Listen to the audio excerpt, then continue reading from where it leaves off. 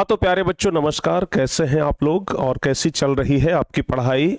उम्मीद है दोनों अच्छा होगा, यानी आप लोग भी अच्छे होंगे और आपका पढ़ाई भी अच्छा चल रहा होगा।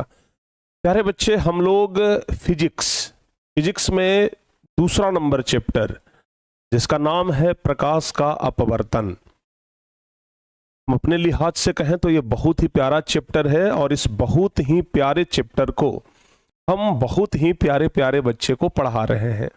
ये प्यारा सा चैप्टर आप जैसे प्यारे प्यारे बच्चे को बहुत ही अच्छे तरीके से समझ में भी आ रहा है।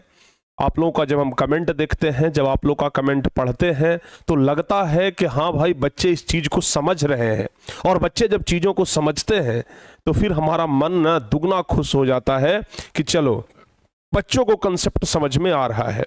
देखिए प्यारे बच्चे, चाहिए क्या बच्चों को समझना, कॉन्सेप्ट आपको समझ में आना चाहिए। अगर समझ में नहीं आ रहा है, अगर कोई टीचर आपको पढ़ा रहा है और वो कंसेप्ट अगर समझ में आपको नहीं आ रहा है, और अगर आप पूर्ण रूप से ध्यान दिए हुए हैं और पूर्ण रूप से ध्यान देने के बाद भी समझ में नहीं आ रहा है, तो हम गारंटी के साथ कहते हैं कि बच्चे में दोष नहीं है, टीचर में दोष है। ठीक है ना, क्योंकि अगर एक टीचर अच्छे तरीके से समझाएगा, अगर सच्चे तरीके से पढ़ाएगा, मन से पढ़ाएगा ना, तो ऐसा हो ही नहीं सकता है कि स्टूडेंट को कोई भी टॉपिक समझ में ना आए।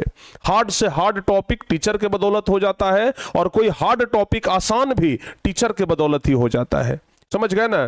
तो भाई टीचर का महत्व होता है, टीचर का दायित्व होता है कि मुश्किल से मुश्किल टॉपिक को भी एकदम आसान किया जाए, कठिन से कठिन टॉपिक को भी एकदम आसान बच्चों के सामने किया जाए।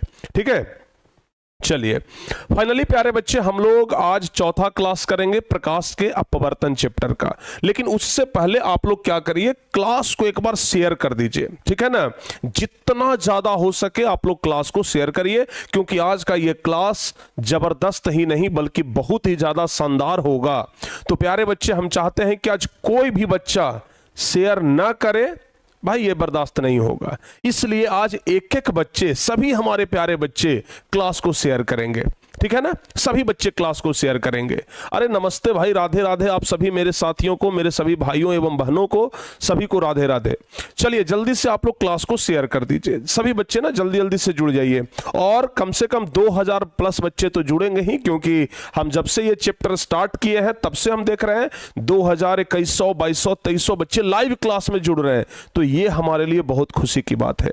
तो आज क्लास को शेयर करिए ज्यादा से ज्यादा, और कम से कम 2000 बच्चे लाइव क्लास में जुड़ेंगे।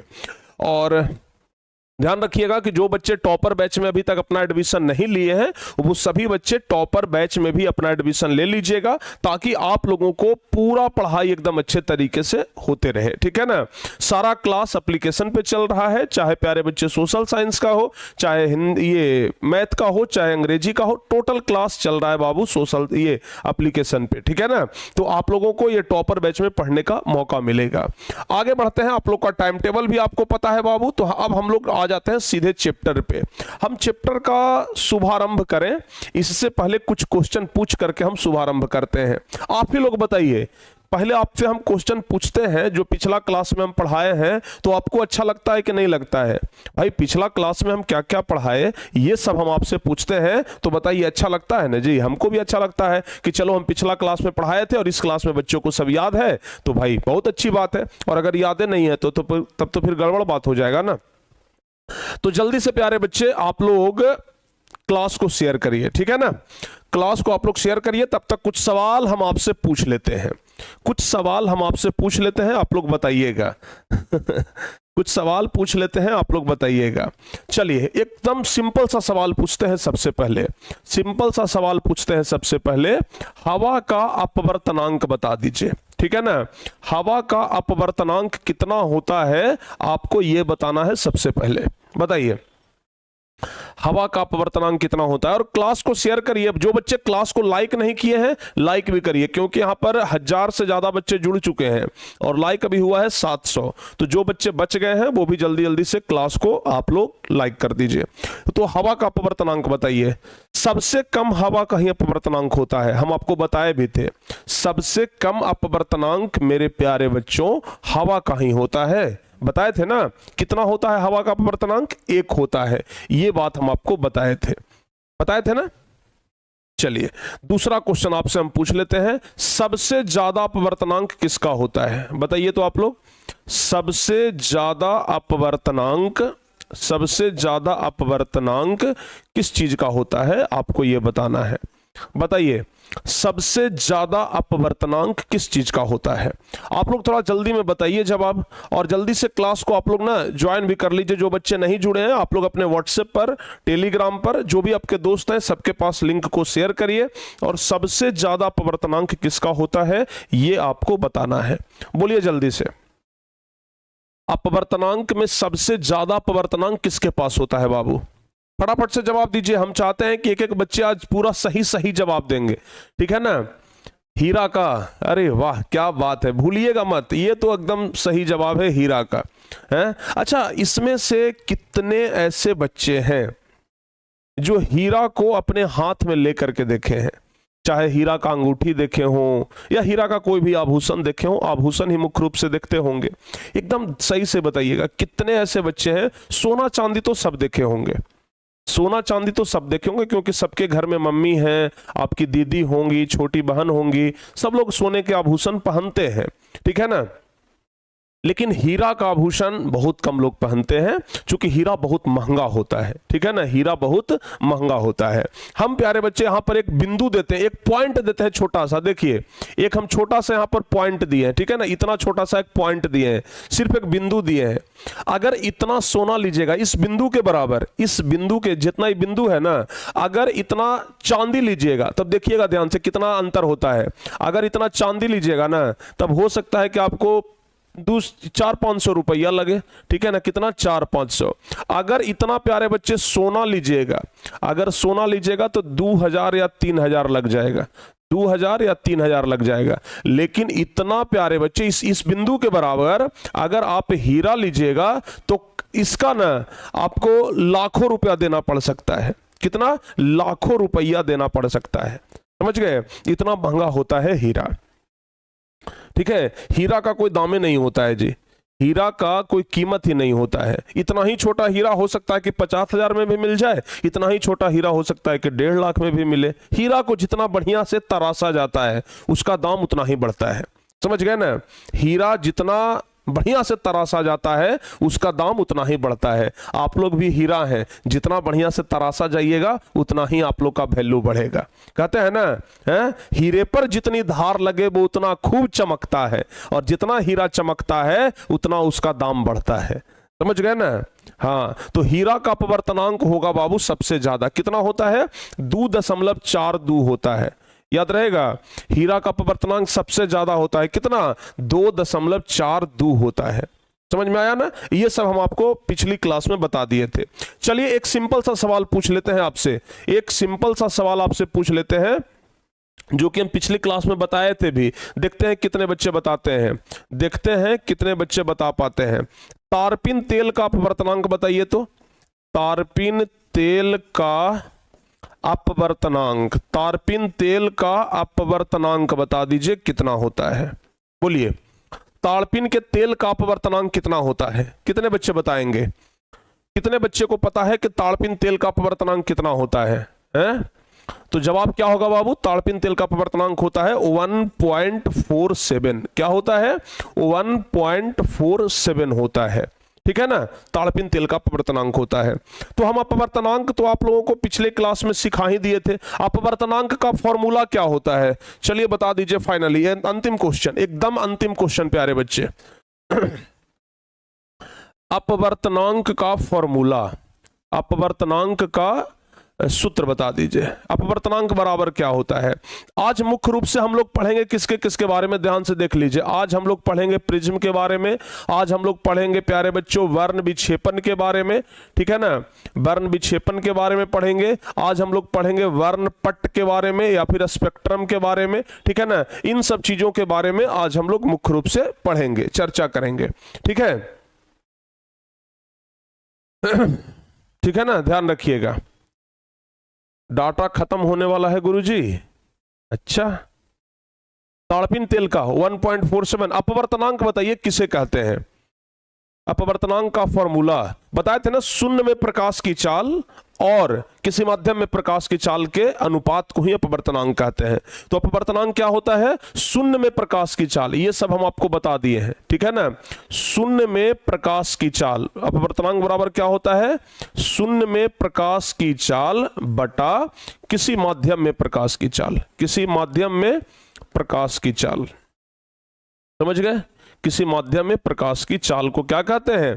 अपवर्तनांक कहते हैं। जबकि सेम यही फॉर्मूला प्यारे बच्चे निरपेक्ष अपवर्तनांक के लिए भी होता है, ठीक है ना।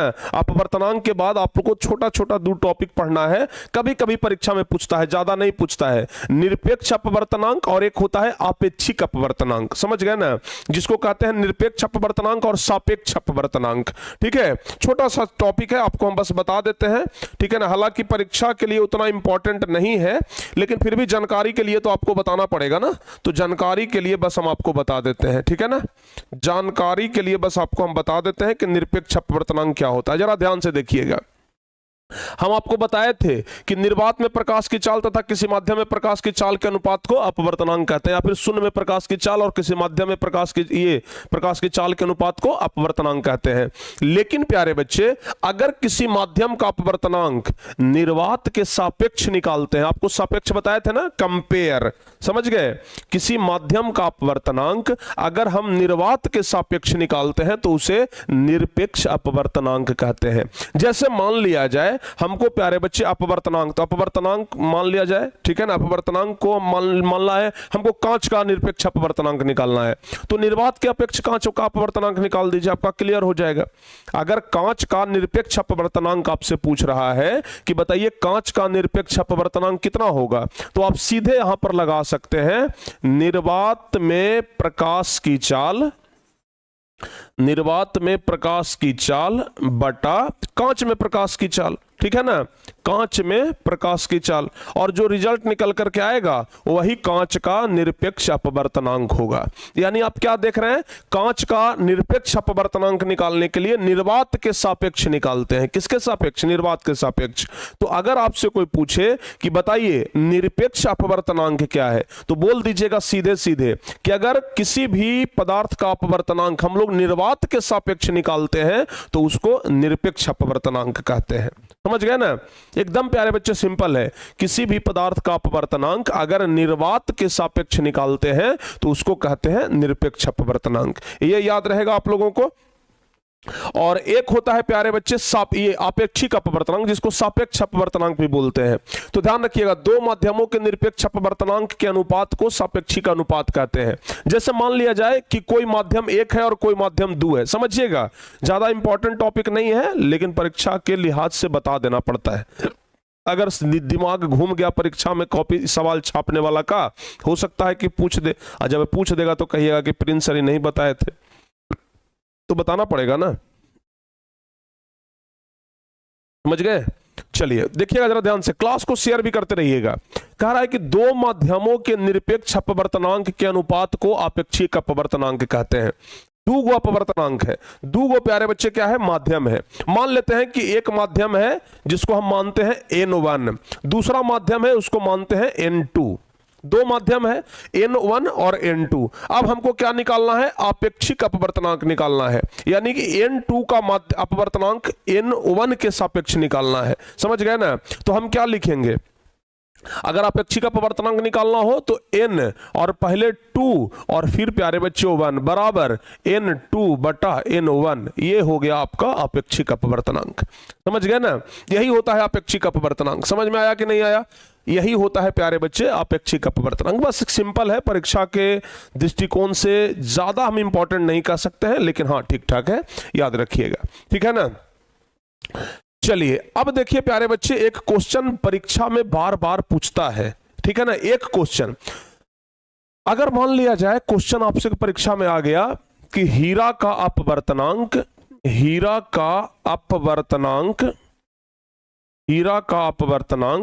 2.42 है, 2.42 है। इसका क्या मतलब है, ठीक है ना, इसका क्या मतलब है, बताइए, हीरा का अपवर्तनांक 2.42 है, इसका क्या मतलब है अगर ये क्वेश्चन आ गया।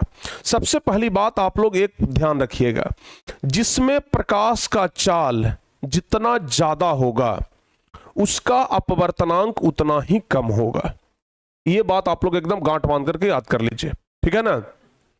जिस माध्यम में प्रकाश का चाल जितना ज्यादा होगा उस माध्यम का अपवर्तनांक उतना कम होगा। जैसे वायु का सबसे ज्यादा होता है ये वायु में प्रकाश का चाल 3 लाख होता है ना, 3 लाख किलोमीटर पर सेकेंड, तो उसका अपवर्तनांक सबसे कम होता है 1। बताया है ना। जिस माध्यम का, एक बात एकदम हमेशा याद रखिएगा, जिस माध्यम में प्रकाश का चाल जितना ज्यादा होगा उसका अपवर्तनांक उतना ही कम होगा, ठीक है। तो अब बताइए, हीरा का अपवर्तनांक तो सबसे ज्यादा है, तो हीरा में प्रकाश का चाल सबसे कम होगा, ठीक है ना। हीरा का अपवर्तनांक सबसे ज्यादा है, इसलिए हीरा में प्रकाश का चाल जो है बाबू वो सबसे कम होगा। याद रहेगा, बोलिए जल्दी से, याद रहेगा जी, ठीक है ना। तो ध्यान रखिएगा, हम बार बार एक ही चीज को दोहरा रहे हैं, जिस माध्यम में प्रकाश का चाल ज्यादा होगा उस माध्यम का अपवर्तनांक सबसे कम होगा। एकदम नोट में हम लिख देते हैं, ठीक है ना। हम प्यारे बच्चे इसको ना एकदम नोट करके लिख देते हैं, एकदम आप लोग याद रखिएगा, नोट करके लिख देते हैं। क्या लिखते हैं? जिस माध्यम में प्रकाश का चाल, जिस माध्यम में प्रकाश की चाल ज्यादा होगा उसका अपवर्तनांक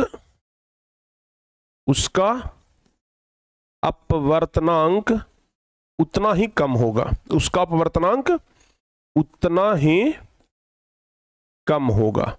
समझ गए? जितना ज्यादा प्रकाश का चाल होगा उतना ही कम अपवर्तनांक होगा। याद रहेगा, जितना ज्यादा प्रकाश का चाल होगा उतना ही कम उसका अपवर्तनांक होगा। 10 बार रिपीट कर चुके हैं, याद हो गया होगा।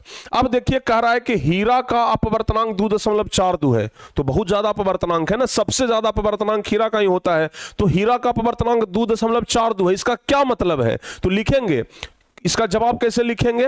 हीरा का अपवर्तनांक, एकदम परीक्षा में आएगा ना तो ऐसे लिख दीजिएगा, परीक्षा में आएगा तो एकदम सेम टू सेम ऐसे लिख दीजिएगा जैसे हम लिख रहे हैं। हीरा का अपवर्तनांक 2.42 है, जो कि बहुत ज्यादा है, ठीक है ना, बहुत ज्यादा है। समझ में आया? हीरा का अपवर्तनांक 2.42 है, जो कि सबसे ज्यादा है। बहुत ज्यादा क्या हम सबसे ज्यादा कह सकते हैं? बहुत ज्यादा से भी बढ़िया क्या रहेगा बाबू? सबसे ज्यादा, जो कि सबसे ज्यादा है। सबसे ज्यादा अपवर्तनांक हीरा का ही होता है 2.42। यह प्रकाशीय माध्यम में क्या होगा बाबू? सघन होगा तथा इसमें प्रकाश की चाल कम होगी। तो लिख देंगे, इसमें प्रकाश की चाल, इसमें प्रकाश की चाल सबसे कम होगी, ठीक है ना, सबसे कम होगी। बस यही हो गया। हीरा का अपवर्तनांक 2.42 है, इसका मतलब कि उसमें प्रकाश का चाल सबसे कम है। अपवर्तनांक चूंकि सबसे ज्यादा है तो ये प्रकाश का चाल इसमें सबसे कम होगा। ध्यान रखिएगा, एकदम ये वाला लाइन तो आप लोग प्यारे बच्चे एकदम कंठस्थ कर लीजिए। ये वाला लाइन को ना एकदम आप लोग कंठस्थ कर लीजिए। ये वाला लाइन आपके लिए एकदम कंठस्थ करने लायक है कि जिस माध्यम में प्रकाश की चाल ज्यादा होगा उसका अपवर्तनांक उतना ही कम होगा। समझ में आया आप लोगों को? बोलिए। सारे बच्चों को अगर समझ में आ गया हो भाई तो बता दीजिए कि हाँ सर जी समझ में आ गया है। और अगर समझ में आ गया है बाबू तो अब हम लोग सीधे बढ़ते हैं, और देखते हैं कि प्रिज्म क्या है, ठीक है ना। अब हम लोग सीधे बढ़ते हैं और देखते हैं कि प्रिज्म क्या है। समझ गए ना? अब सीधे बाबू हम लोग आ जाते हैं प्रिज्म पे। आप लोग देखे होंगे प्रिज्म, प्यारे बच्चे, प्रिज्म पे आ जाते हैं सीधे सीधे हम लोग, ठीक है ना। अब हम लोग प्रिज्म पे बाबू सीधे सीधे इस चीज को अब समझते हैं। हमारा अगला टॉपिक है प्रिज्म, हमारा अगला टॉपिक है प्रिज्म, ठीक है ना। हमारा अगला टॉपिक है प्रिज्म, ध्यान से सुनिएगा। हमारा अगला टॉपिक क्या है? प्रिज्म। अब सबसे पहली सवाल तो ये है कि प्रिज्म कितने बच्चे देखे हैं। पहली सवाल ये है कि प्रिज्म कितने बच्चे देखे हैं। ये होता है प्यारे बच्चे प्रिज्म, ठीक है ना, जो कि कांच का एक टुकड़ा होता है, इस तरीके का होता है। नजदीक से आकर के दिखा दे, देखिए जरा ध्यान से। इस तरीके का टुकड़ा होता है प्रिज्म, देख रहे हैं ना, तिरछा मतलब एक त्रिभुज के जैसा, लेकिन ये लंबा होता है, समझ गए। इस तरीके का प्यारे बच्चे प्रिज्म होता है, समझ गए ना, इस तरीके का प्रिज्म होता है। आप लोग देख लिए ना पूरा बढ़िया से। तो प्रिज्म प्यारे बच्चे क्या है, एक कांच का टुकड़ा है।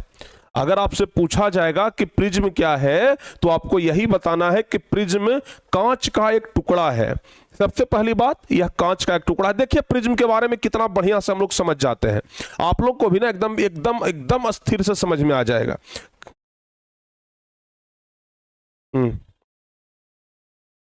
ध्यान से सुनिएगा, ध्यान से सुनिएगा और समझने का प्रयास करिएगा। प्रिज्म जो है प्यारे बच्चे, सबसे पहली बात इसके बारे में क्या क्या ध्यान रखना है। सबसे पहली बात, प्रिज्म क्या है, तो कांच का एक टुकड़ा है। प्रिज्म क्या है, तो कांच का एक टुकड़ा है। ये तो समझ में आ गया ना, प्रिज्म क्या है, तो भाई कांच का एक टुकड़ा है। दूसरी बात आपसे पूछते हैं, आप देख करके बताइए कि ये पारदर्शी है कि अपारदर्शी है। जल्दी जल्दी से बताइए आप लोग, आप ही लोग से पूछेंगे, आप ही लोग से पूछेंगे, आप ही लोग जवाब बताइएगा और आप ही लोग समझ भी जाइएगा, ठीक है ना। जानते आप लोग सब कुछ है, जानते आप लोग सब कुछ है, बस प्यारे बच्चे आपको पता नहीं है कि कैसे इसको करना है, समझ गए ना। जैसे आपके पास चीनी भी दे दिया गया है, आपके पास पानी भी दे दिया गया है, आपके पास एक नींबू भी रख दिया गया है, आपको बोला गया है कि शरबत घोरिए, लेकिन आपको पता नहीं है कि शरबत कैसे घोरा जाता है। तो सब कुछ रहते भर में भी आप शरबत नहीं घोर पाइएगा। तो वैसे ही है, आपके पास सब कुछ है, बस शरबत घोरने के लिए हम सिखा रहे हैं। जिस दिन शरबत घोरना सीख गए, एकदम शरबत पीजिए, मीठा लगेगा, समझ गए ना। जल्दी से बताइए बाबू, फटाफट से बताइए कि ये पारदर्शी है कि अपारदर्शी है। अरे भाई प्रभु, शीशा का बना हुआ है, शीशा का। अब आप देख भी रहे हैं चित्र में कि इधर से प्रकाश जा रहा है तो इधर निकल रहा है। तो प्रकाश आर पार किसमें होता है, जो पारदर्शी होता है उसी में ना प्रकाश आर पार होता है। तो ये पारदर्शी है तभी है ना प्रकाश आर पार हो रहा है। तो दूसरा चीज याद रखिएगा बाबू, ध्यान रखिएगा कि यह पारदर्शी होता है। क्या होता है, यह पारदर्शी होता है, याद रहेगा। यह क्या होता है, पारदर्शी भी होता है। बताइए याद रहेगा, कितने बच्चों को याद रहेगा बाबू, बताइए कितने बच्चों को याद रहेगा। हाँ चाहे ना बोलिए, जल्दी से याद रहेगा ना। ध्यान रखिएगा, इसके 3 फलक होते हैं, 3 फलक होते हैं इसमें 3 फलक होते हैं, ठीक है, 3 फलक होते हैं। कैसे होता है ये सब कुछ अभी हम आपको बताएंगे कैसे होता है। ये जैसे प्रिज्म है ना, तो एक देख रहे हैं इससे, एक इधर एक इधर एक नीचे, 3 फलक होता है प्यारे बच्चे। अच्छा, इसमें सतह 5 होता है। सतह, अगर सतह की बात की जाए तो 1 2 एक नीचे वाला 3, एक इधर एक इधर, 5 सतह होता है। कितने सतह होता है प्यारे बच्चे, हैं? कितने सतह होता है जी, 5 सतह। अच्छा, 3 फलक कैसे होता है ये पहले बता देते हैं। देखिए, अगर प्रिज्म का चित्र बनाना आएगा तो आप त्रिभुज के जैसा बनाइएगा। अगर प्रिज्म का चित्र बनाना आएगा तो एकदम हूबहू आप त्रिभुज के जैसा बनाइएगा। अगर प्यारे बच्चे इसको हम ऐसे बढ़ाएंगे तो आगे ऐसे बढ़ेगा, इसको हम इधर बढ़ाएंगे तो दूसरा इधर हो गया, और तीसरा प्यारे बच्चे इधर हो गया। कोई फलक आपस में समांतर है, समांतर तब ना होता, जैसे ये रेखा आ रहा था तो एक और रेखा इसे आ जाता, तब कहते कि हाँ भाई समांतर है। लेकिन ये एगो इधर आ रहा है, देखिए एक के मुंह इधर है, एगो इधर जा रहा है, एगो रूस के इधर जा रहा है, तीनों 3 दने जा रहा है, तीनों 3 रास्ता पकड़े हुए हैं। तो ये जो तीनों फलक है, 1 फलक 2 फलक 3 फलक, तो तीनों फलक आपस में समांतर नहीं होता है। तो यही लिखेंगे बाबू कि इसका तीनों फलक आपस में समांतर नहीं होता है, ठीक है ना। इसका तीनों फलक, ध्यान रखिएगा, इसका तीनों फलक आपस में, तीनों फलक आपस में समांतर नहीं होता है, ठीक है ना। इसका तीनों फलक आपस में समांतर नहीं होता है, याद रहेगा। तीनों फलक जो है वो आपस में समांतर नहीं होता है, ये बात आप लोग ध्यान रखिएगा, ठीक है ना। मजा आ रहा है सर पढ़ करके, मजा क्यों नहीं आएगा भाई, फिर से समझाएंगे, चिंता मत करिए, ठीक है ना। चिंता मत करिए, समझाएंगे। सतह केगो होता है गुरुजी? आप पूछ रहे हैं कि गुरुजी सतह केगो होता है? देखिए हम आपको गिनाते हैं बाबू, केगो सतह होता है। जरा ध्यान से देखिएगा और समझने का प्रयास करिएगा। पहला सतह बाबू ई वाला है, हम इसको ना हाईलाइट कर देते हैं। पता भी तो नहीं चल रहा है जी हाईलाइट से, ठीक है ना, पता भी तो नहीं चल रहा है कि इसको हम हाईलाइट करें। ठीक है, कैसे इसको हाईलाइट करें? चलिए कोई बात नहीं, दिखाते हैं हम आपको, ऐसे ही दिखाते हैं। देखिए पहला सतह प्यारे बच्चे इधर हो गया, ठीक है ना, ये वाला पहला सतह हो गया। दूसरा सतह इसका इधर हो गया। पेन अगर मिल जाता तो हम लिख भी देते, ठीक है ना, अगर पेन मिल जाता तो हम लिख देते, लेकिन पेन भी शायद यहाँ पर लगता है कि नहीं है। चलिए कोई बात ना, समझिए समझिए बाबू। पहला सतह ई वाला हो गया, दूसरा सतह इसका ये वाला हो गया। देख रहे हैं ना, एक सतह तो ये हो गया, दूसरा सतह ये हो गया, और ये दोनों सतह को हम इसे पकड़ लेते हैं। देख रहे हैं, दोनों सतह को इसे पकड़ लिया। तीसरा सतह बाबू इधर हो गया। एक सतह देख लीजिए, एक सतह तो इधर हो गया, एक सतह इधर हो गया, दो सतह, और तीसरा सतह इधर हो गया। तो ये कितना हो गया? तीन सतह। अब चौथा सतह देख लीजिए, इधर हो गया। देख रहे हैं ना, ये चौथा सतह, और जस्ट इसके उल्टा करेंगे तो ये प्यारे बच्चे इधर पांचवा सतह हो गया। तो इसमें 5 सतह होता है। कितना सतह होता है? 5 सतह होता है, ठीक है ना, 5 सतह होता है। याद रहेगा, 5 सतह होता है, ये बात आप लोग ध्यान रखिएगा। तो प्रिज्म के बारे में इतना आप लोगों को कम से कम ध्यान रखना है, ठीक है ना। पर इतना आप लोग को ध्यान रहेगा ना, प्रिज्म एक कांच का टुकड़ा होता है, या फिर कह सकते हैं कांच का बना हुआ होता है, जिसमें प्यारे बच्चे सब। अच्छा दूसरी बात, कांच जो होता है वो पारदर्शी होता है ताकि प्रकाश आर पार जा सके। समझ गए ना, कांच जो होता है वो पारदर्शी होता है ताकि प्रकाश आर पार जा सके। समझ गए, पारदर्शी नहीं होगा तो टॉर्च मारेंगे तो प्रकाश से नहीं आर पार होगा, तो दिक्कत न है। तो प्रिज्म जो होता है वो पारदर्शी होता है ताकि प्रकाश आर पार जा सके। तो पहला चीज ये कांच का बना होता है, दूसरा प्यारे बच्चे कि ये पारदर्शी होता है, तीसरा इसमें 3 फलक होते हैं और कोई फलक आपस में समांतर नहीं होता है, और इसमें 5 सतह होता है। इतना आप लोग को याद हो गया? बताइए जल्दी से बता दीजिए। कौन है जी? गुरु जी ये गौतम बहुत बोल रहा है। क्या कर रहा है भाई गौतम? देख लेने दीजिए हमको। क्या कौन है गौतम? बहुत सारे बच्चों का कमेंट आ रहा है कि गुरु जी ये गौतम बहुत बोल रहा है। ये गौतम कौन है भाई? हाँ, ये कौन नया लड़का लॉन्च हो गया भाई जो हमारे सभी बच्चों को परेशान कर रहा है?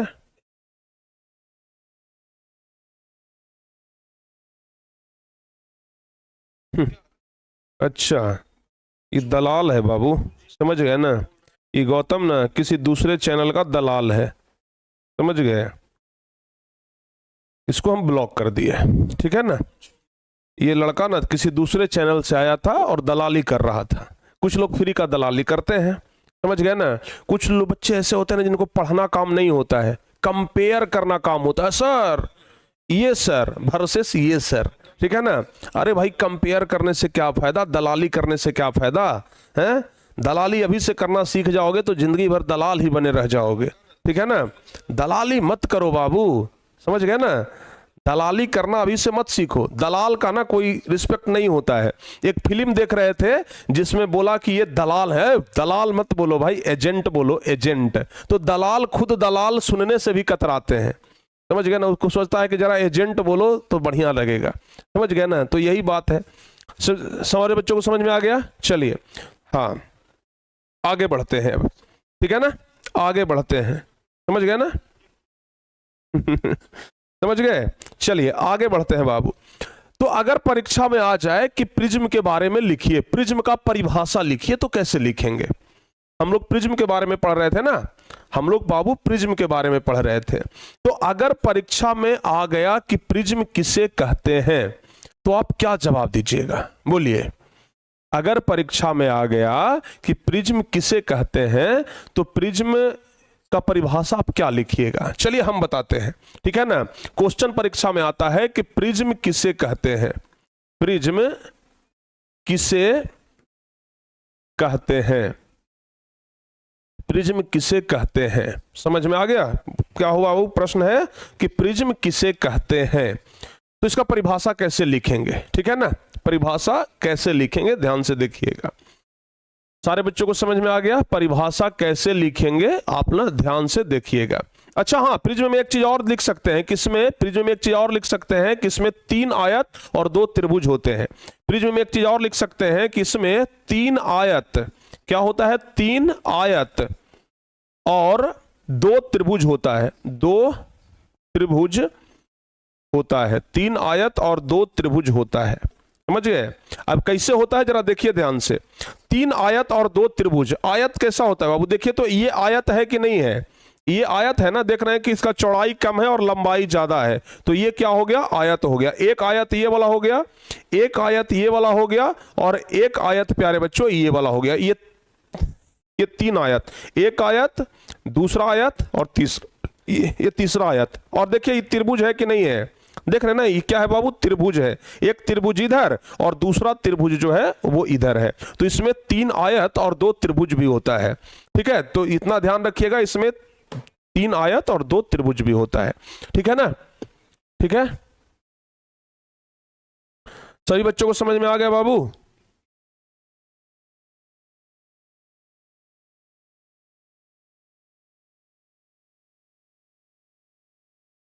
सभी बच्चों को समझ में आ गया ना? चलिए आगे बढ़ते हैं बाबू, ठीक है ना, आगे बढ़ते हैं। क्वेश्चन कह रहा है कि प्रिज्म किसे कहते हैं, क्वेश्चन कह रहा है कि प्रिज्म किसे कहते हैं, बताइए जल्दी से। क्वेश्चन कह रहा है कि प्रिज्म किसे कहते हैं समझ गए? अच्छा, ये कौन बच्चा है भाई, ऐसा कौन बोल दिया आपको? एक बच्चे का कमेंट आ रहा है कि सर एक लड़का बोल रहा था कि टारगेट बोर्ड वाले टॉपर खरीदते हैं। पहली बात तो ये कि अगर हम टॉपर खरीदते, अब सुनिएगा जरा ध्यान से, जो बोलता है चमड़ा का मुंह भगवान दिए हैं, कुछ भी बोल देता है, दूसरे का दलाल होता है ना वैसे लोग। पहली बात तो ये कि जो बोलता है कि टॉपर प्रिंस सर खरीदते हैं, अगर हम टॉपर खरीदवे करते तो इतना साल भर पढ़ाते किस लिए भाई, हैं? साल भर पढ़ाते किस लिए? परीक्षा पढ़ता, टॉपर खरीद लेते, दिखा देते कि लो हमारा टॉपर आया है, क्या लोग विश्वास कर लेंगे? इतना मेहनत क्यों करते हैं, इतना पढ़ाते क्यों हैं, इतना बच्चों को समझाते क्यों हैं? जब टॉपर खरीदना ही रहता तो आराम से नहीं खरीद लेते। और जब टॉपर खरीदना ही था तो इस साल का भी तो टॉपर खरीद सकते थे ना, लेकिन इस साल का टॉपर देख ही रहे थे आप लोग, ठीक है ना। थर्ड टॉपर जो हमारा ओरिजिनल टॉपर है भाई, 2 नंबर का मात्र फर्क है। तो ओरिजिनल होता है, डुप्लीकेट डुप्लीकेट रह जाता है, समझ गए ना। ओरिजिनल रहता है, डुप्लीकेट रह जाता है। समझ में आया कि नहीं आया? तो यहां पर कोई वस्तु का खरीद बिक्री नहीं होता है। टॉपर्स जो खुद पढ़ लिख करके उनके पास दिमाग ज्यादा है, समझ गए ना, ऐसा नहीं होता है बाबू। कोई अगर बोलता है ना तो समझिए कि वो सिर्फ बुराई करने के लिए आया है, ठीक है। कोई अगर बोलता है तो समझिए कि वो बुराई करने के लिए आया है, उन सब बातों पर ध्यान नहीं देना है। जो अपना ओरिजिनल है, जो आप ही लोगों में से कोई बच्चे पढ़ करके टॉपर बनेंगे, ठीक है ना, आप ही लोगों में से कोई बच्चे पढ़ करके टॉपर बनेंगे और वही बच्चे हमारा नाम लेंगे। और जब वो वही बच्चे हमारा नाम लेंगे तो जलने वाले कहेंगे कि देखो प्रिंस टॉपर खरीद लिया। अरे खरीदा नहीं है बाबू, बनाया है टॉपर। यहाँ टारगेट बोर्ड है, टॉपर को बनाया जाता है, समझ गए ना। साल भर मेहनत करके जी जान लगा करके टॉपर बनाते हैं, ठीक है ना। टॉपर बनाना और टॉपर खरीदना दोनों में समान जमीन का अंतर होता है। हमारे में क्या कमी है, ठीक है ना, क्या कमी है हमारे में? हम बच्चों को बेहतर कॉन्सेप्ट देते हैं, बच्चों को बेहतर नोट्स देते हैं। नोट्स हमारा कंपेयर कर लीजिएगा, दावे के साथ कहते हैं, 100% दावे के साथ कहते हैं, जिस तरीके का नोट्स हम दे रहे हैं पूरे बिहार भर में प्यारे बच्चों ऐसा नोट्स कोई नहीं दे सकता है। ये हमारा दावा है और इसको कोई झुठला नहीं सकता है, समझ गए ना। तो अगर हम में इतना क्वालिटी है, अगर हम में इतना क्वालिटी है तो फिर हम टॉपर क्यों नहीं दे सकते हैं भाई? तो बोलने वाले को बोलने दीजिए। वे लोग एक बार में तो बोल दिए कि वे लोग दलाल होते हैं, एजेंट, ठीक है ना। एजेंट भी शब्द थोड़ा बढ़िया हो जाता है, दलाल वैसे लोगों के लिए बोलिए तो ज्यादा बेहतर है, ठीक है ना।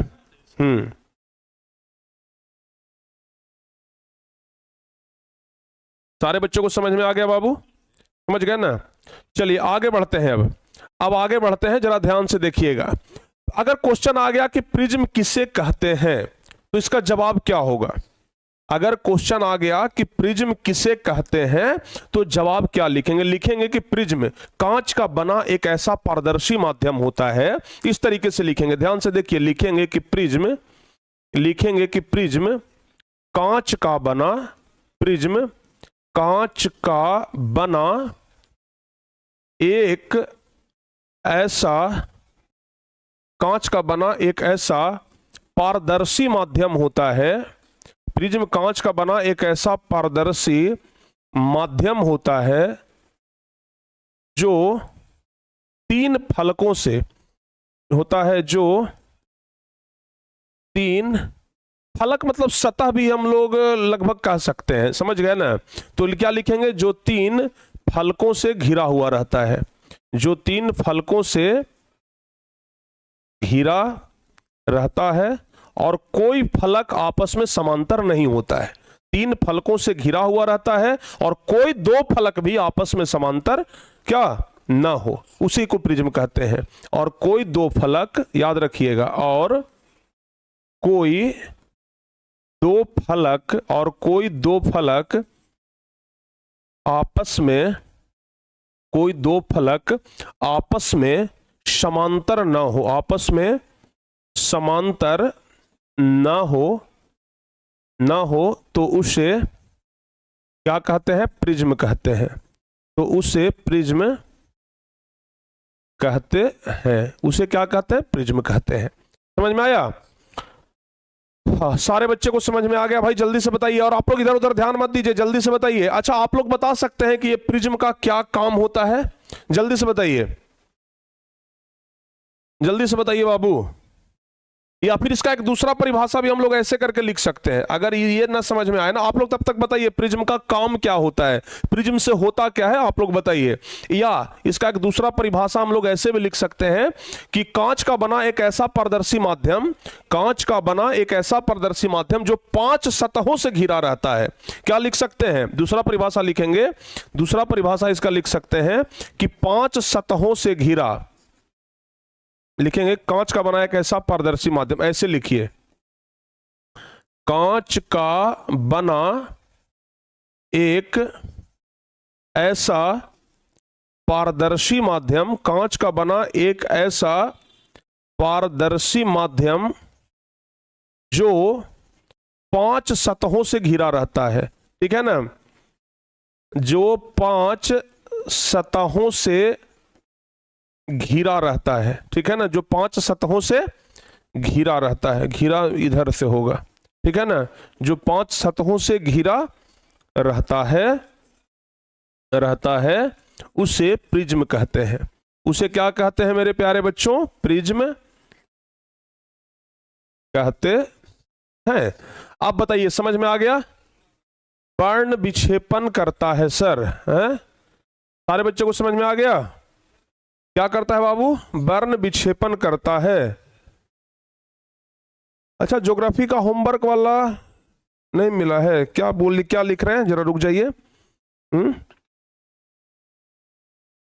अच्छा, परसों वाला ज्योग्राफी का DPPHW नहीं मिला है। इसको ना परसों के क्लास में प्यारे बच्चे हम मिला देंगे। सबसे पहले ना हम इसको परसों के क्लास में मिला देंगे, ठीक है? अब चिंता मत करिए।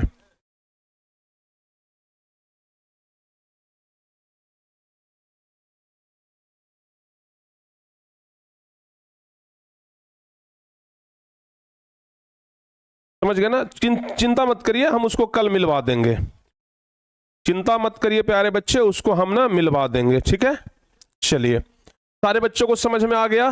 यहां तक बताइए। जो 3 फलक से, या प्यारे बच्चे ध्यान रखिएगा, जो 3 फलक से या 5 सतहों से घिरा रहता है उसको प्रिज्म कहते हैं।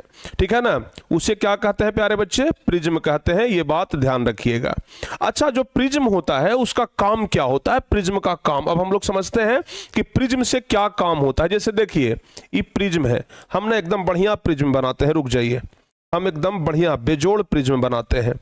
ठीक है ना? इतना बढ़िया प्रिज्म बनाएंगे कि आप लोग का भी दिल खुश हो जाएगा। ओहो, क्या बात है, ये बाबू बन गया प्रिज्म। ठीक है ना? अगर प्रिज्म बनाने के लिए आ जाए तो एक त्रिभुज बना दीजिएगा। कहिएगा कि सर ये प्रिज्म थोड़े है, तो त्रिभुज है। अरे भाई, प्रिज्म का भी चित्र कुछ ऐसे ही बनता है। क्योंकि प्यारे बच्चे, अगर हम ये प्रिज्म को दिखाएं, अगर हम इस प्रिज्म को दिखाते हैं, अगर एकदम सामने रखते हैं, देखिए अगर हम एकदम ऐसे सामने रखें, आपको क्या दिखाई दे रहा है? एक त्रिभुज ही दिखाई दे रहा है ना। आप देखेंगे कि आपको एक त्रिभुज ही दिखाई दे रहा है, मात्र इधर प्यारे बच्चे आपको एक त्रिभुज दिखाई दे रहा है। तो एक त्रिभुज की तरह ही हम इसका चित्र बनाते हैं। अब इसका काम क्या होता है आप समझिएगा जरा ध्यान से। प्रिज्म का काम क्या होता है? एक प्यारे बच्चे प्रकाश लाएंगे। कैसा प्रकाश? सफेद प्रकाश। ठीक है, एक सफेद प्रकाश यहां से हम ले जाएंगे। समझ में आया? एक सफेद प्रकाश को, जैसे मान लिया जाए कि बीच में यहां पर प्रिज्म रखा हुआ है, एक उजला टॉर्च जलाएंगे या सूर्य के प्रकाश में इसको अगर रखेंगे, या फिर अगर सूर्य के प्रकाश में इसको रखेंगे, तो ये जो प्रिज्म है ना, ये उजला प्रकाश को 7 रंगों में बांट देता है। क्लियर?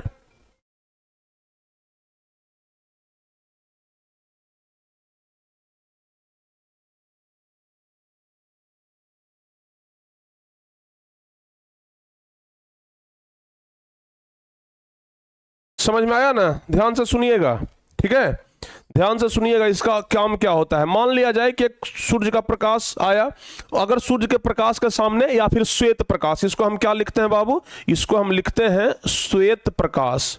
क्या लिखते हैं? श्वेत प्रकाश। अगर श्वेत प्रकाश को अगर प्यारे बच्चे हम प्रिज्म से होकर के गुजारेंगे, तो ये 7 रंगों में बट जाता है। ये सूर्य का प्रकाश यानी कि श्वेत प्रकाश जो है, ये कितने रंगों में बट जाता है बाबू? जल्दी से बताइए। ये बट जाता है 7 रंगों में। कुछ इस तरीके से बटेगा, देखिए ध्यान से, ठीक है ना, कुछ इस तरीके से बटेगा। हम 7 रंग, कोई भी 7 रंग ले लेते हैं, ठीक है, कोई भी हम 7 रंग बाबू यहां पर ले लेते हैं, ठीक है ना। ये 7 रंगों में क्या हो जाएगा? विभक्त हो जाएगा। समझ में आया? 4 रंग हो गया, और 5 रंग ले लेते हैं। 7 रंग हमको पूरा करना है, 6 रंग हो गया, ठीक है ना। तो ये कितने रंगों में बट जाता है? ये 7 रंगों में विभक्त हो जाता है, ठीक है ना। इधर प्यारे बच्चे हम एक पर्दा लेंगे, इधर हम क्या कर ले, इधर हम क्या लेंगे बाबू? एक पर्दा लेंगे, और जब हम इधर एक पर्दा लेंगे ना, तो इस पर्दा पर हमको 7 रंग का पट्टी जो है वो दिखाई पड़ेगा। इस पर्दा पर हमको 7 रंग का जो पट्टी है वो दिखाई पड़ेगा। यानी कि प्रिज्म का मुख्य काम है सूर्य के प्रकाश को 7 रंगों में बांटना। समझ में आया? बताइए, काला रंग नहीं ना लिया जाता है सर? नहीं बाबू, काला रंग कोई कहां बांटेगा? सूर्य के प्रकाश में या श्वेत प्रकाश में 7 रंग होता है। प्रिज्म के माध्यम से यह भी सिद्ध हो जाता है कि श्वेत प्रकाश 7 रंगों के मिश्रण से बना है। बताइए जल्दी से, श्वेत प्रकाश कितने रंगों के मिश्रण से बना है? 7 रंगों के मिश्रण से बना है, ठीक है ना। जो श्वेत प्रकाश है ये 7 रंगों के मिश्रण से बना है। ये 7 रंग कौन कौन है ये भी बता देते हैं। देखिए, पहला है बाबू बैगनी, ठीक है ना, बैगनी, बैजा। दूसरा, अच्छा इसका एक फॉर्मूला होता है, फॉर्मूला हम बता देते हैं। बैजानिह पिनाला, पिनाला, ठीक है ना, बैजानिह पिनाला। कहीं कहीं पर आप लोगों को ये न लिख करके ये देखने के लिए मिलेगा, बैनी आह पिनाला, बैनी आह पिनाला। समझ गए? कहीं कहीं पर ये चीज लिखा हुआ मिलेगा आपको, बैजानिह पिनाला, या कहीं कहीं पर बैनी आह पिनाला लिखा हुआ मिलेगा। लेकिन हम ऊपर वाले को सही मानते हैं, बैजानी आह पिनाला। बै से हो गया बैगनी, समझ में आया? बै से बैगनी। जा से हो गया प्यारे बच्चे जामुनी, जा से हो गया जामुनी, ठीक है। बैजानी, नी से हो गया नीला, नी से हो गया नीला। बैजानी ह से हो गया हरा, समझ गए? इधर हो गया बैजानी पी, पी से हो गया पीला, ठीक है ना। पी ना, ना से हो गया नारंगी, ना से हो गया नारंगी, और ला, ला से हो गया लाल।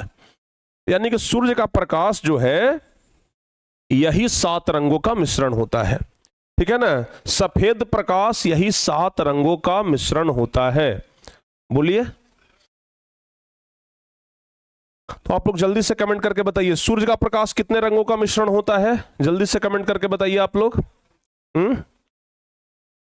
जल्दी से बताइए, सूर्य का प्रकाश कितने रंगों का मिश्रण होता है? फटाफट से देखते हैं कितने बच्चे कमेंट में बताते हैं। सूर्य का प्रकाश कितने रंगों का मिश्रण होता है? 7 रंग। इसको जानते हैं, एक प्रयोग के द्वारा भी हम लोग सिद्ध कर सकते हैं। एक प्रयोग के द्वारा भी हम लोग इसे सिद्ध कर सकते हैं। कहिए कैसे सर? आप ना एक बैगनी रंग का कोई टुकड़ा ले लीजिए, एक जामुनी रंग का कोई टुकड़ा ले लीजिए, एक नीला रंग का कोई टुकड़ा ले लीजिए, एक हरा रंग का कोई टुकड़ा, एक पीला, नारंगी और लाल, और सबको एक ट्रे में रख करके, एक थाली में उसको रख करके, और थाली को बहुत स्पीड से एकदम नचाया जाए। समझ गए? थाली को एकदम बहुत स्पीड से घुमाया जाए। जब बहुत ज्यादा स्पीड से घुमाइएगा तो ये सातों का सातों रंग नहीं दिखाई देगा, आपको दिखाई देगा उजला रंग। समझ गए ना? तो जो प्रिज्म होता है, प्रिज्म का मुख्य काम एक ही है प्यारे बच्चे, ये क्या करता है? सातों रंग को अलग अलग बांट देता है। समझ गए ना? हम यहां पर फोटो भी आपको दिखाए थे, देखिए ये क्या किया है प्रिज्म, ये प्रिज्म क्या किया है, देख रहे हैं ना, इधर 7 रंगों को बांट दिया है, 7 रंगों को बांट दिया है। समझ में आया? अब आप कहिए कि गुरुजी इस प्रकार का रंग तो हम देखते हैं कि वर्षा के बाद जो इंद्रधनुष दिखाई देता है उसमें भी रहता है। कितने बच्चे इंद्रधनुष देखे हैं? इंद्रधनुष, जिसको अंग्रेजी में रेनबो कहते हैं, इंद्रधनुष कितने बच्चे देखे हैं? जब वर्षा होता है तो सूरज के विपरीत दिशा में देखिएगा इंद्रधनुष दिखाई देगा। ठीक है ना? जब भी वर्षा होता है तो सूरज के विपरीत दिशा में आपको इंद्रधनुष दिखाई देगा। अब भाई सूरज का जो प्रकाश है वो इंद्रधनुष की तरह यानी कि 7 रंगों में बंट गया है, लेकिन आसमानवा में कौन प्रिज्म लगल है भाई? आसमान में तो प्रिज्म नहीं है, फिर सूर्य का प्रकाश 7 रंगों में कैसे बंट गया? सूर्य का प्रकाश ही 7 रंगों में बंटता है तो हमको इंद्रधनुष दिखाई देता है। समझ गए ना? तो ऊपर आकाश में तो कोई प्रिज्म नहीं लगा हुआ है कि भगवान कोई प्रिज्म लगा करके रखे हैं, नहीं ना। तो फिर हमको प्रिज्म की तरह कैसे दिखाई देता है? ऊपर जो इंद्रधनुष दिखाई देता है वो इसने 7 रंग दिखाई देता है। कैसे दिखाई देता है? तो ध्यान रखिएगा, जब बारिश होता है प्यारे बच्चे तो पानी के कुछ बूंद ऊपर आकाश में ही अटका रह जाता है, वायुमंडल में ही रह जाता है। ध्यान से सुनिएगा, जब बारिश होता है तो पानी का कुछ बूंद जो है वो ऊपर वायुमंडल में ही रह जाता है, और जब उस पर सूरज का प्रकाश पड़ता है तो वो जो पानी का कण है, पानी का जो बूंद है, वह एक प्रिज्म के भांति कार्य करने लग जाता है। वह जो पानी का बूंद था ना, वह प्रिज्म की तरह काम करने लग जाता है, और इसलिए वह सूर्य के प्रकाश को 7 रंगों में बांट देता है। तब हम लोगों को इंद्रधनुष दिखाई पड़ता है। समझ गए ना? तब क्या दिखाई पड़ता है? इंद्रधनुष दिखाई पड़ता है। देखिए ये चीज देख रहे हैं ना, और देखिए एकदम आपको इंद्रधनुष दिखाते हैं। अभी हम ना इंद्रधनुष दिखाते हैं प्यारे बच्चे, ठीक है? आपको हम क्या दिखाते हैं जी? इंद्रधनुष दिखाते हैं। देखिए लो, ये क्या हुआ? अब तो दिखाई ही नहीं पड़ेगा। ओ भाई, इंद्रधनुष नहीं दिखा सकते बाबू, खुल ही नहीं रहा है, कीबोर्ड ही नहीं। तो इंद्रधनुष दिखाई पड़ता है, आप लोग देखे होंगे, ठीक है ना? तो ध्यान रखिएगा, सारे बच्चों को समझ में आ गया ना? तो ध्यान रखिएगा, ये आपको प्रिज्म समझ में आया? प्रिज्म समझ में आया? सारे बच्चों को प्रिज्म समझ में आ गया? तो ध्यान रखिएगा, यहां से कुछ इंपॉर्टेंट क्वेश्चन बनता है, इस क्वेश्चन को ना आप लोग ध्यान रखिएगा। पहला क्वेश्चन क्या बनेगा बाबू? पहला क्वेश्चन क्या बनेगा कि प्रिज्म का काम, प्रिज्म क्या करता है? प्रिज्म क्या करता है? तो प्रिज्म जो है, ध्यान रखिएगा कि श्वेत प्रकाश को, कितने प्रकाश को? श्वेत प्रकाश को 7 रंगों में बांट देता है, ठीक है ना? 7 रंगों में विभक्त कर देता है या बांट देता है, ठीक है? क्या करता है? विभक्त कर देता है। पहला तो ये क्वेश्चन याद रखिएगा। दूसरा क्वेश्चन प्यारे बच्चे आप ध्यान रखिएगा, पहला तो हो गया श्वेत प्रकाश को 7 रंगों में विभक्त कर देता है। दूसरा क्वेश्चन, श्वेत प्रकाश, ठीक है ना? श्वेत प्रकाश, देखिए ऑब्जेक्टिव क्वेश्चन में ये सब क्वेश्चन पूछता है, श्वेत प्रकाश कितने रंगों का मिश्रण होता है? श्वेत प्रकाश कितने रंगों का मिश्रण होता है, ठीक है ना? मिश्रण होता है। क्वेश्चन पूछा जाएगा कि श्वेत प्रकाश कितने रंगों का मिश्रण होता है, तो जवाब दीजिएगा 7 रंगों का। कितने रंगों का? 7 रंगों का मिश्रण होता है। आपसे पूछा जाएगा कि सूर्य के अच्छा, आपसे अब तीसरा क्वेश्चन पूछा जाएगा। तीसरा क्वेश्चन क्या पूछा जाएगा भाई? तीसरा क्वेश्चन पूछा जाएगा कि श्वेत प्रकाश कौन कौन से 7 रंगों का मिश्रण होता है? कौन कौन से 7 रंगों का मिश्रण होता है? ठीक है ना। श्वेत प्रकाश कौन कौन से 7 रंगों का मिश्रण होता है? तो जवाब क्या होगा बाबू? जवाब होगा, पहला तो आपको क्या बताए थे, बैगनी, ठीक है ना, बैगनी, जामुनी, बैजानी, नी से हो गया नीला, बैजानी, ह से हो गया हरा, बैजानी, पी से हो गया पीला, ना से हो गया नारंगी और ला से हो गया लाल। ये 7 रंगों का मिश्रण होता है, याद रहेगा। श्वेत प्रकाश ये 7 रंगों का मिश्रण होता है। तो एक फॉर्मूला आप लोग याद रखिएगा, बैजानी पिनाला। सारे बच्चे एक बार कमेंट बॉक्स में लिख करके भेजिए तो, बैजानी पिनाला, बैजानी पिनाला। ये चीज ना आप लोग याद रखिएगा, ये ट्रिक है प्यारे बच्चों याद रखने का, ये याद रखने का एक ट्रिक है, बैजानी पिनाला। याद रहेगा? हैं? बताइए।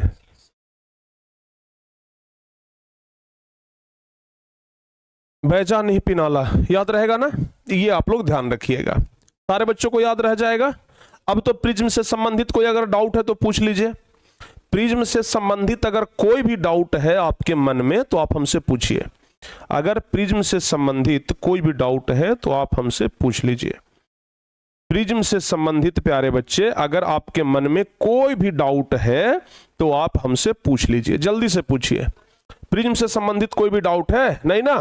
बैजानी पिनाला, बैजानी पिनाला बिल्कुल सही जवाब है। अब देखिएगा, अब इसका अगला एक टॉपिक आता है बाबू, वर्ण विक्षेपण। वर्ण विक्षेपण।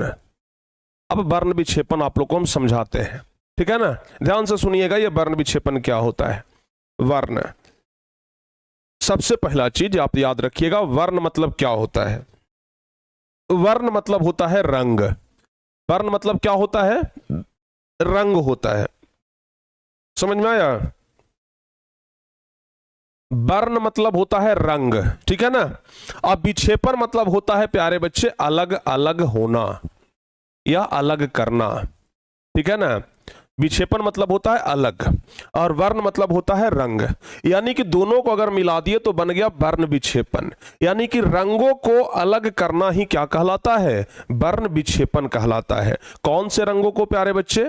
तो लिखेंगे कि श्वेत प्रकाश या सूर्य के प्रकाश को, ध्यान से सुनिएगा, श्वेत प्रकाश या सूर्य के प्रकाश को जब किसी प्रिज्म से गुजारते हैं, सूर्य का प्रकाश या श्वेत प्रकाश को जब किसी प्रिज्म से गुजारते हैं तो वह अपने विभिन्न रंगों में विभक्त हो जाता है, अलग अलग हो जाता है। इस तरीके से अगर क्वेश्चन आ जाएगा, ध्यान से सुनिएगा, क्वेश्चन आएगा आपसे परीक्षा में, क्वेश्चन आएगा 2 नंबर का क्वेश्चन, एकदम इंपॉर्टेंट क्वेश्चन है कि वर्ण विक्षेपण क्या है, ठीक है ना। वर्ण विक्षेपण, वर्ण विक्षेपण किसे कहते हैं?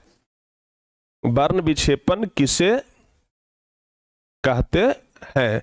तो जवाब में क्या लिखेंगे, इसका आंसर कैसे लिखेंगे, ठीक है ना। क्वेश्चन आएगा कि वर्ण विक्षेपण किसे कहते हैं, तो लिखेंगे एकदम प्यार से लिखेंगे। अभी हम आपको क्या बताएं कि जब किसी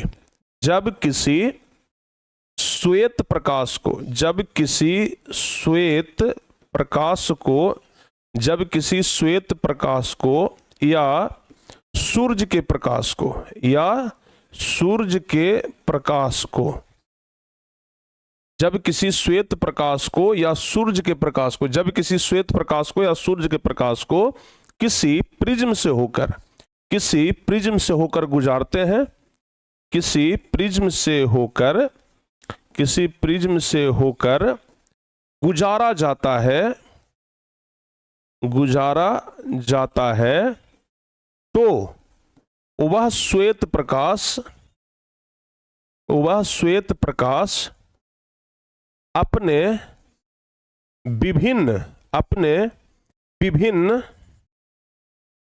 अवयवों में, विभिन्न अवयवों में, अवयवों यानी कि विभिन्न रंगों में प्यारे बच्चे, ठीक है ना, विभिन्न रंगों में, आप वर्णों में भी बोल सकते हैं, विभिन्न वर्णों में, ठीक है, अपने विभिन्न अवयवों में या विभिन्न रंगों में या विभिन्न वर्णों में, ठीक है ना, क्या हो जाता है? विभक्त हो जाता है, यानी कि अलग अलग हो जाता है, ठीक है ना, विभक्त हो जाता है। क्या हो जाता है? विभक्त हो जाता है।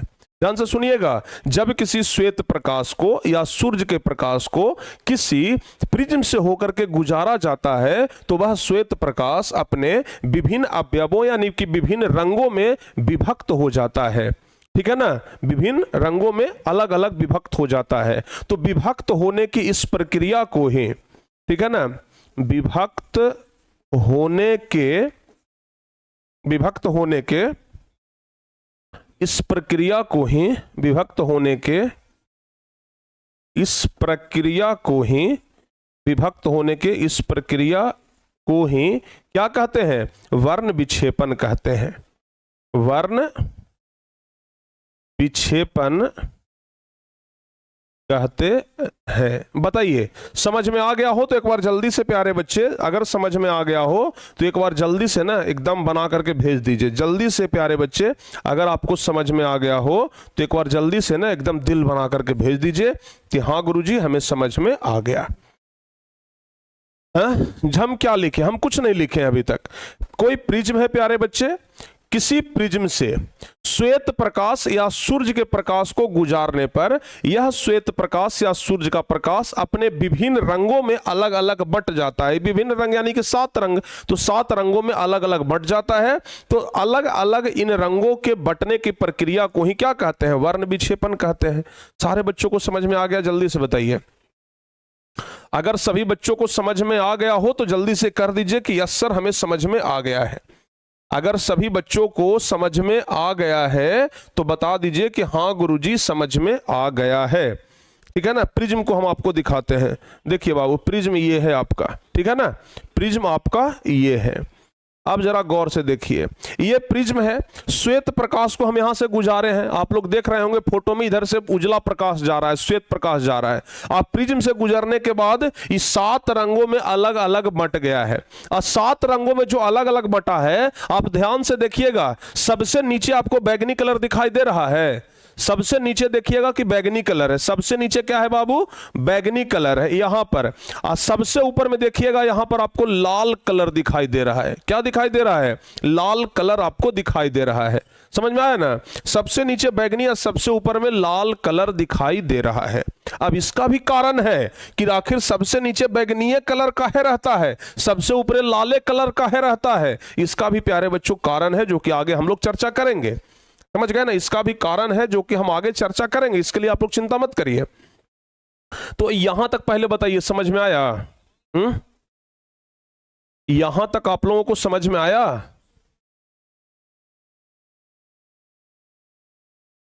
समझ में आ गया ना? अब जरा देखिएगा ध्यान से। तो ये सारे बच्चों को समझ में आ गया, वर्ण विक्षेपण सारे बच्चों को समझ में आ गया जी। चलिए, बहुत अच्छी बात है। अब देखिए प्यारे बच्चे, अब यहां पर ना इसको जरा सा मिटाते हैं हम। ये जो 7 रंग है प्यारे बच्चे, जरा एकदम ना गौर से देखिएगा। ये जो 7 रंग है एक पट्टी पर प्राप्त होता है। जैसे मान लिया जाए कि हम टॉर्च जलाएंगे, एकदम सीधे रोशनी चल जाएगा तो पता नहीं ना चलेगा। वैसे ही 7 रंग को प्राप्त करने के लिए ना एक इधर हम बाबू पर्दा लगाते हैं। एक पर्दा हम इधर लगा दिए, समझ गए? ये पर्दा हम इधर लगा दिए, समझ में आया? ये पर्दे पर हमको 7 रंग प्राप्त हो रहा है। देख रहे हैं ना? ये पर्दा हम इधर से लगा दिए और ये जो 7 रंग है ना, ये पर्दे पर प्राप्त हो रहा है। समझ में आया कि नहीं आया? ये 7 जो रंग है ये कहां पर प्राप्त हो रहा है? पर्दावा पर। ये पर्दा पर प्राप्त हो रहा है ना। तो इस पर्दा को क्या कहते हैं बताइए? ये 7 रंग एक पर्दे पर प्राप्त हो रहा है। इस पर्दा को जानते हैं क्या कहते हैं? वर्णपट या स्पेक्ट्रम कहते हैं। समझ में आया? ये पर्दा को क्या कहते हैं बाबू? जवाब ध्यान रखिएगा, ये पर्दा है। समझ गए ना? ये पर्दा पर हमें 7 रंग प्राप्त हो रहा है और जिस पर्दे पर ये 7 रंग प्राप्त होता है उस पर्दे को प्यारे बच्चे क्या कहा जाता है? वर्णपट।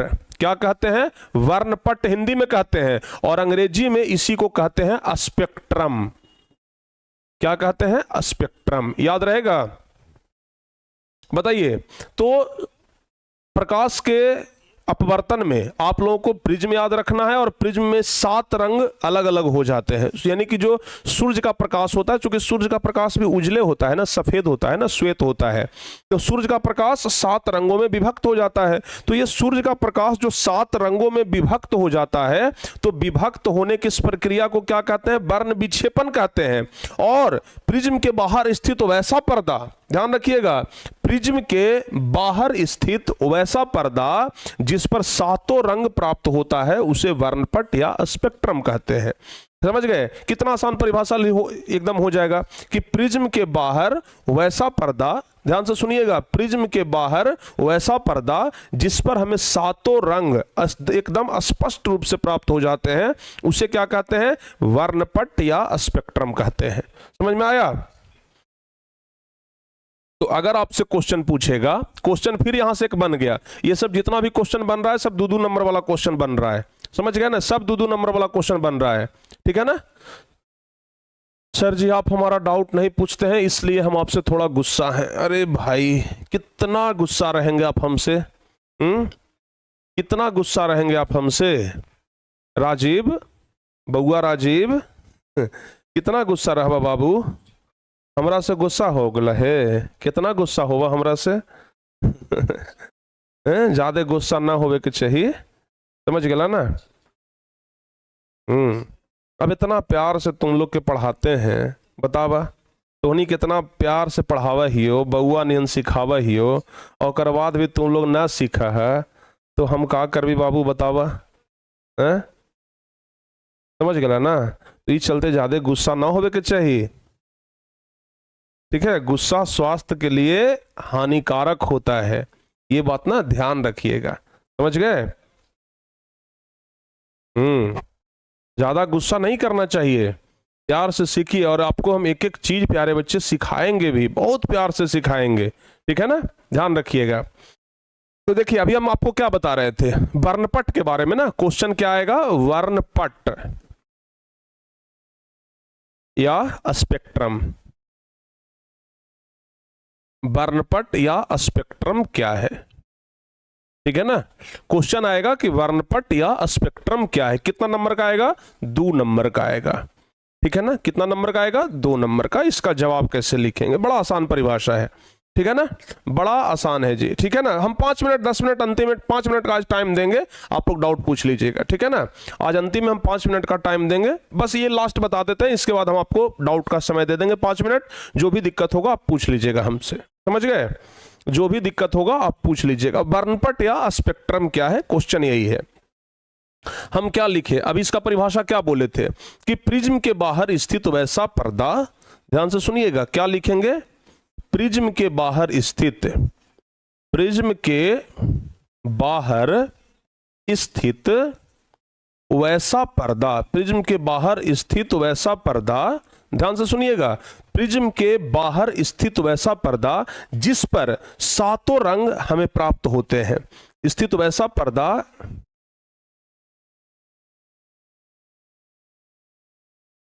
जिस पर 7 रंग प्राप्त होते हैं, जिस पर 7 रंग प्राप्त होते हैं उसे वर्णपट, उसे वर्णपट या स्पेक्ट्रम कहते हैं। उसे वर्णपट या स्पेक्ट्रम कहते हैं। समझ में आया? प्रिज्म के बाहर स्थित वैसा पर्दा जिस पर 7 रंग एकदम स्पष्ट रूप से प्राप्त होते हैं उसे वर्णपट या स्पेक्ट्रम कहते हैं। बताइए सारे बच्चों को समझ में आ गया? हाँ, कल लेंस पढ़ाएंगे। ठीक है ना? कल लगभग, हाँ कल लेंस शुरू कर देंगे, कल लेंस पढ़ाएंगे, कल लेंस शुरू कर देंगे। ठीक है ना? अब बताइए यहां तक समझ में आ गया? सारे बच्चों को यहां तक समझ में आ गया भाई? सारे बच्चों को यहां तक समझ में आ गया? बोलिए। अच्छा एक बात ध्यान रखिएगा, ये जो वर्णपट है बाबू, स्पेक्ट्रम है, ये 2 प्रकार का होता है। कितने प्रकार का? ये 2 प्रकार का होता है। यह 2 प्रकार का होता है। कितने प्रकार का? यह 2 प्रकार का होता है। कितने प्रकार का होता है? ये 2 प्रकार के होता है। कौन कौन? एक होता है प्यारे बच्चे शुद्ध वर्णपट। क्या होता है? शुद्ध वर्णपट। और एक होता है दूसरा अशुद्ध वर्णपट। अशुद्ध वर्णपट। चलिए अब जरा बताते हैं आपको, ध्यान से सुनिएगा कि शुद्ध वर्णपट क्या है और अशुद्ध वर्णपट क्या है।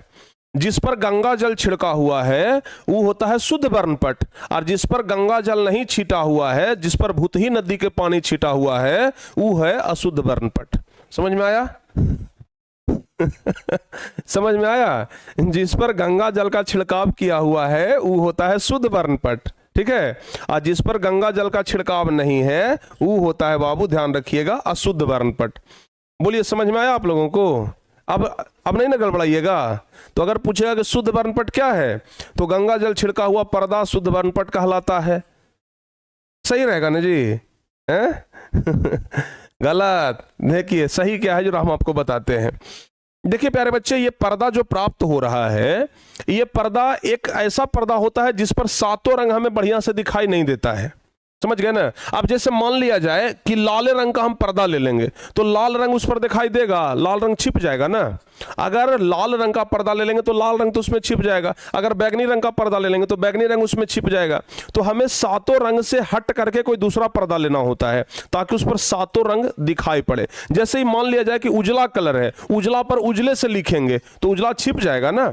बताइए, उसी प्रकार से यहां पर प्यारे बच्चे यह ध्यान रखिएगा, बैनी आपिनाला जो सात रंग है उस सात रंग का पर्दा नहीं लेंगे, अलग पर्दा लेंगे। तो जिस पर सातों रंग हमें स्पष्ट दिखाई दे, वैसा वर्णपट जिस पर सातों रंग स्पष्ट दिखाई दे उसे कहते हैं शुद्ध वर्णपट। क्या लिखेंगे?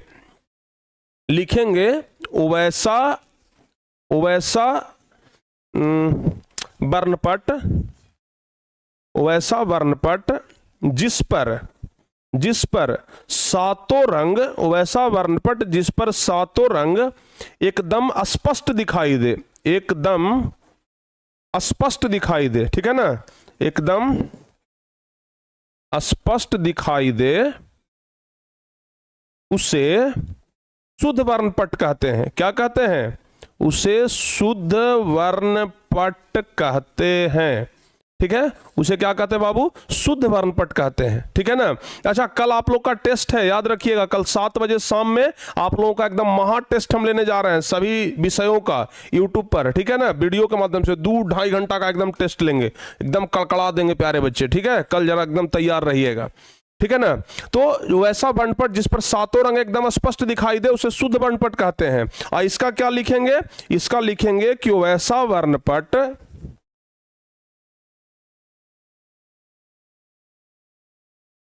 वैसा वर्णपट जिस पर सातों रंग, जिस पर सातों रंग स्पष्ट दिखाई न दे, स्पष्ट दिखाई न दे, स्पष्ट दिखाई न दे, उसे अशुद्ध वर्णपट कहते हैं, ठीक है। उसे अशुद्ध वर्णपट कहते हैं। बताइए समझ में आ गया? गंगा जल वाला बात मत लिखिएगा, वैसे हम आप लोग को हंसाने के लिए बोले थे। तो शुद्ध वर्णपट ये मत लिख दीजिएगा कि प्रिंस सर आप ही तो बोले थे कि जिस पर गंगा जल छिड़का हुआ रहे उसको शुद्ध वर्णपट कहते हैं, और जिस पर गंगा जल छिड़का हुआ न रहे उसे अशुद्ध वर्णपट कहते हैं। वैसा पर्दा जिस पर सातों रंग एकदम स्पष्ट रूप से दिखाई दे उसको कहते हैं शुद्ध वर्णपट, और वैसा पर्दा जिस पर सातों रंग स्पष्ट रूप से दिखाई न दे उसको कहते हैं अशुद्ध वर्णपट। समझ में आ गया? तो ये प्यारे बच्चे शुद्ध और अशुद्ध आप लोग ध्यान रखिएगा, ठीक है ना। आज यही तक रहने देते हैं, बाकी अगले प्यारे बच्चों अगली क्लास में आपको पूरा हम बताएंगे, ठीक है। तो आज हम आपको क्या क्या बताएं? आज हम आपको सब कुछ बता दिए, सब कुछ तो आज बताइए दिए, छूटा कुछ ही आज, ठीक है ना। सब कुछ तो आज हमको लगता है कि बताइए दिए, प्रिज्म के बारे में बता दिए, वर्णपट, स्पेक्ट्रम, सब कुछ तो आज बताइए दिए, आज तो कुछ छोड़वे नहीं किए हम जी, ठीक है ना। अब इसके बाद अगर कोई दिक्कत हो तो आप हमें बताइए, अब इसके बाद अगर कोई दिक्कत हो, किसी प्रकार का समस्या हो तो आप हमें पूछ सकते हैं।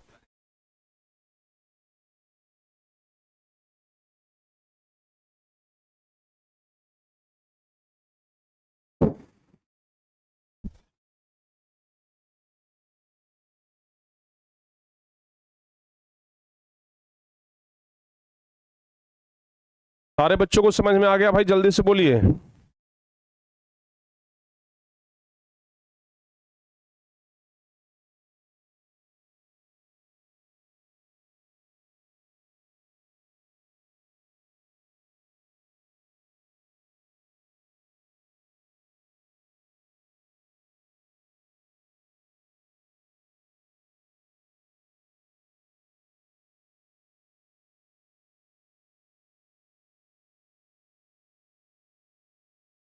बताइए, यहां तक में किसी प्रकार का कोई दिक्कत है तो बता दीजिए।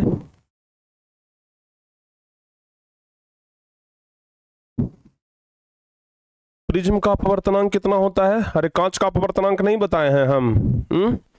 कांचे का अपवर्तनांक ना होगा प्रिज्म का अपवर्तनांक, कांचे का ना बना हुआ है जी। जब कांच का बना हुआ है तो जो कांच का अपवर्तनांक होगा वो प्रिज्म का अपवर्तनांक होगा, जो कांच का अपवर्तनांक होगा वही प्रिज्म का अपवर्तनांक होगा, अलग से थोड़ी ये होगा।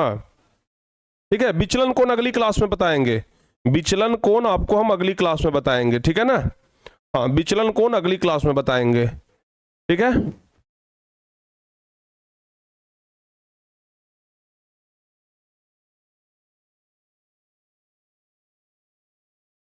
जमीन के नीचे 100-150 फीट नीचे पानी होता है तो पेड़ पौधे कैसे पानी लेते हैं?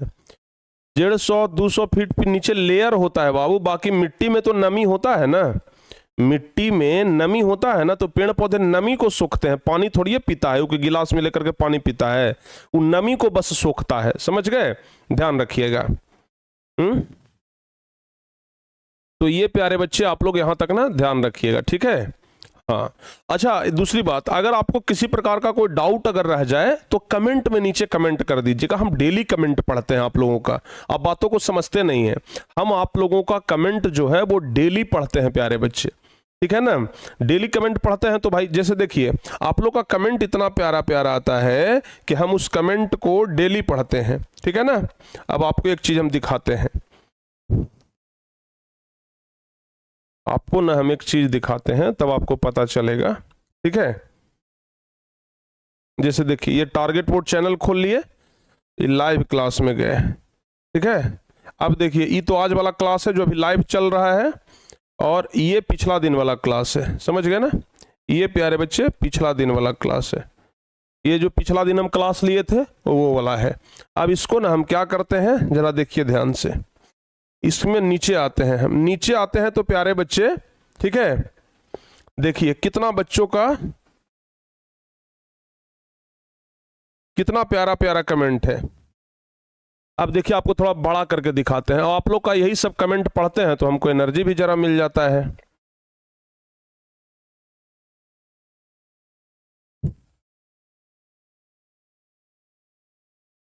कहाँ गया भाई? हाँ, ज्यादा बड़ा हो गया क्या? देखिए पता चल रहा है, ये कितना प्यारा प्यारा कमेंट आप लोग का आता है।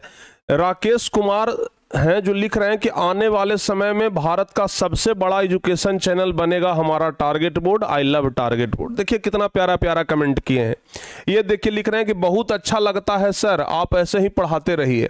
ये लिख रहे हैं खामोश तब तक रहनी चाहिए जब तक हमारी मंजिल न मिल जाए, शोर करने के लिए लोग हैं ना, हर्षिता लिख रही है, ठीक है ना। अब देखिए नीचे आइए, प्रियांशु लिख रहा है कि किसको किसको समझ में आ गया है सर, मुझे तो समझ में आ गया है, ठीक है ना। अब देखिए इधर एक बच्चे लिख रहे हैं कि सर मजा आता है आपसे क्लास करने से, आसानी पूर्वक और सरल तरीके से पूरा समझ में आ जाता है। अब देखिए नीचे है Krishna Kumar, good class Guruji, I love target board, ठीक है ना। है देखिए क्या लिख रहे हैं, ये आपका गुस्सा शांत करने के लिए माय डियर टीचर। अच्छा चलिए भाई, अच्छा ये तो मोटिवेशनल शायरी लिख रहे हैं कि कठिनाइयां आती है सफलता की राहों में, ये कौन नहीं जानता, लेकिन फिर भी वह मंजिल पा ही लेता है जो हार नहीं मानता। बहुत अच्छा है, ठीक है ना। अरे वाह क्या बात है, गुलशन कुमार का कमेंट पढ़िए। गुलशन कुमार क्या लिख रहा है, सर आपका क्लास कभी खराब गया है क्या? चाहे टॉपिक जितना भी कठिन रहे आप उसे आसान बना देते हैं। तो अगर इतना प्यारा प्यारा कमेंट बच्चों का है, अगर इतना प्यारा प्यारा कमेंट बच्चों का है तो बताइए हम कमेंट क्यों नहीं पढ़ेंगे भाई। तो हम सभी बच्चों का कमेंट पढ़ते हैं, बस आप लोग कमेंट करिए ना, हम सबका कमेंट पढ़ लेंगे, ठीक है। तो आप लोग कमेंट जरूर करिएगा जो भी आपका डाउट है। बाकी हम आपसे प्यारे बच्चे अगली क्लास में मिलेंगे, और अगला क्लास एकदम बेहतरीन होगा, शानदार होगा, जबरदस्त होगा, ठीक है। तो मिलते हैं हम आपसे अगली क्लास में, तब तक के लिए जय हिंद, धन्यवाद।